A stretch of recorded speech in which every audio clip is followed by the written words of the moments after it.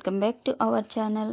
ఇక్కడ మా ఫ్యామిలీ అంతా కలిసి నాన్నకు పిండం పెట్టడం కోసం సమాధికి దగ్గరలో ఉన్న ప్లేస్కి అయితే వెళ్తున్నాం.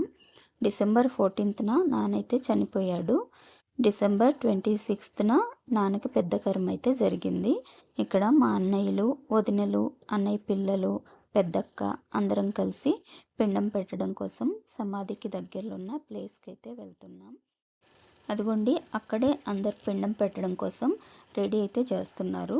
అక్కడి నుంచి కొంచెం లోపలికి వెళ్తే నాన్న సమాధి ఉంటుంది.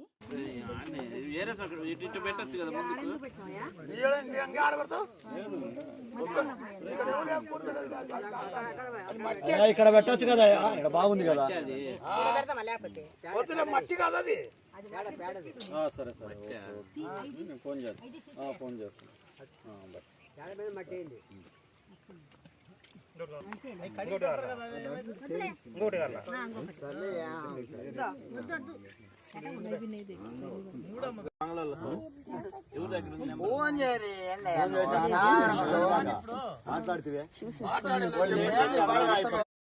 ఇదిగోండి ఇక్కడ ఇంకా అందరైతే పిండం కోసం రెడీ అయితే చేస్తున్నారు. పెద్దన్నయ్య, పెద్దక్క, మూడో అన్నయ్య, రెండో వదిన, రెండో అన్నయ్య వీళ్ళంతా ఇక్కడ రెడీ చేస్తున్నారు. మా ఇద్దరు వదినలు వచ్చారు కానీ పెద్ద వదిన అయితే రాలేదు. ఇక్కడి నుంచి అటు కొంచెం లోపలికి వెళ్తే అమ్మ, నాన్న, అన్నయ్యది సమాధి అయితే ఉంటుంది. పిండం రెడీ అయిపోయింది. ఒకరి తర్వాత ఒకరి పిండం అయితే పెడతాము. ఇప్పుడు ఇంకా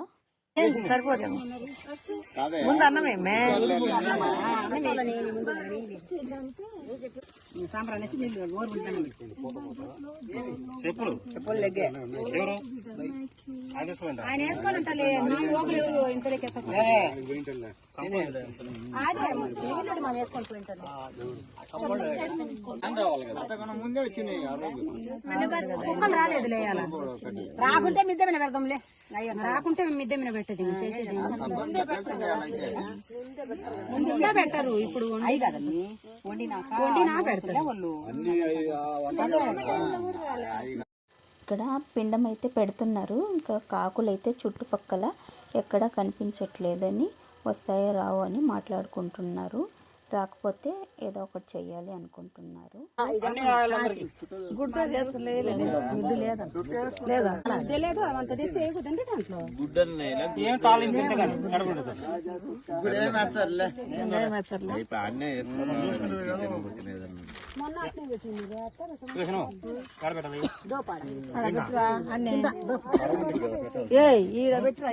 నాన్నకు ఇష్టమైనవి కొన్ని అయితే తెచ్చారు, కొన్ని అయితే మర్చిపోయారు.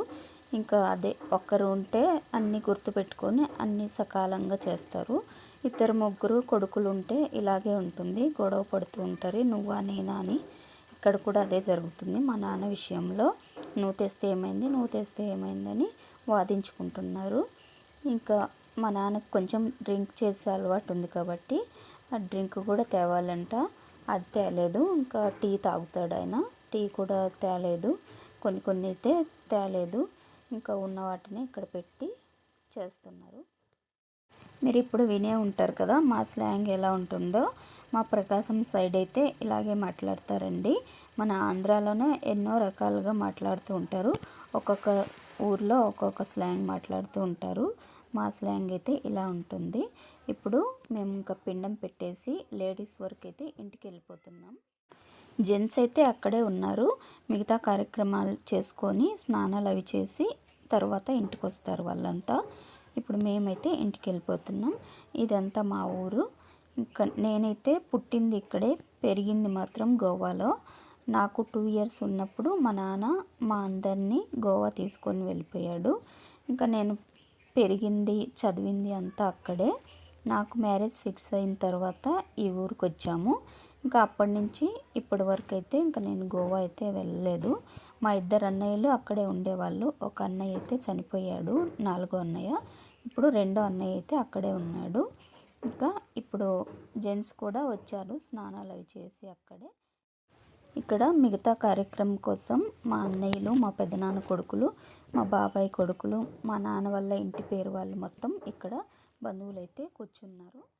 మా సైడు పెద్ద కర్మ రోజు మా అన్నయ్యలకి ఆడపిల్లలు ఇలా టవల్స్ అవి తెచ్చి వేస్తారనమాట. మా పెదనాన్న కొడుకులకి, మా బాబాయ్ కొడుకులకి అందరికీ. ఇంకా నేనైతే టవల్ తెచ్చి అందరికీ ఇస్తున్నాను, మా అన్నయ్యలకి. నాన్న చనిపోయే వారం ముందే నేను ఊరికైతే వచ్చాను. అక్క వాళ్ళు తిరుపతి వెళ్తుంటే వచ్చాను. అప్పుడు కలిశాను నాన్నను. అప్పుడే కొంచెం ఆయనకి హెల్త్ బాగాలేదనమాట, బ్లడ్ తక్కువ ఉంది. నేను నాన్నని లాస్ట్ టైం కలిసినప్పుడే నాన్నకి కొంచెం హెల్త్ బాగాలేదనమాట. కాళ్ళు ముఖం అంతా వాపు వచ్చేసాయి. ఏమైంది నాన్న అని అడిగితే బ్లడ్ తక్కువ ఉందమ్మా అని చెప్పాడు. అయితే ఏమైనా బాగా తిను, బ్లడ్ వస్తుంది అని చెప్పి హైదరాబాద్ వచ్చేసాను. నేను హైదరాబాద్ వచ్చిన ఒక 1 వీక్కే ఇంకా బాగా సీరియస్ అయిపోయాడు నాన్న. అప్పటికే 2 డేస్ హాస్పిటల్లో ఉండి తర్వాత చనిపోయాడు. అన్నయ్య చనిపోయి 7 సంవత్సరాల తర్వాత అమ్మ చనిపోయింది. అమ్మ చనిపోయిన 7 సంవత్సరాల తర్వాత నాన్న చనిపోయాడు. ఇప్పుడు అమ్మ నాన్న ఉంటే అప్పుడప్పుడు వచ్చేదాన్ని పుట్టింటికి. ఇప్పుడు అమ్మ నాన్న కూడా లేరు. ఇంకా మళ్ళీ ఈ ఊరికి వస్తానో లేదో కూడా నాకు తెలియదు. ఈ వీడియో మీకు నచ్చిందని అనుకుంటున్నా. నచ్చితే లైక్ చేయండి. Thanks for watching.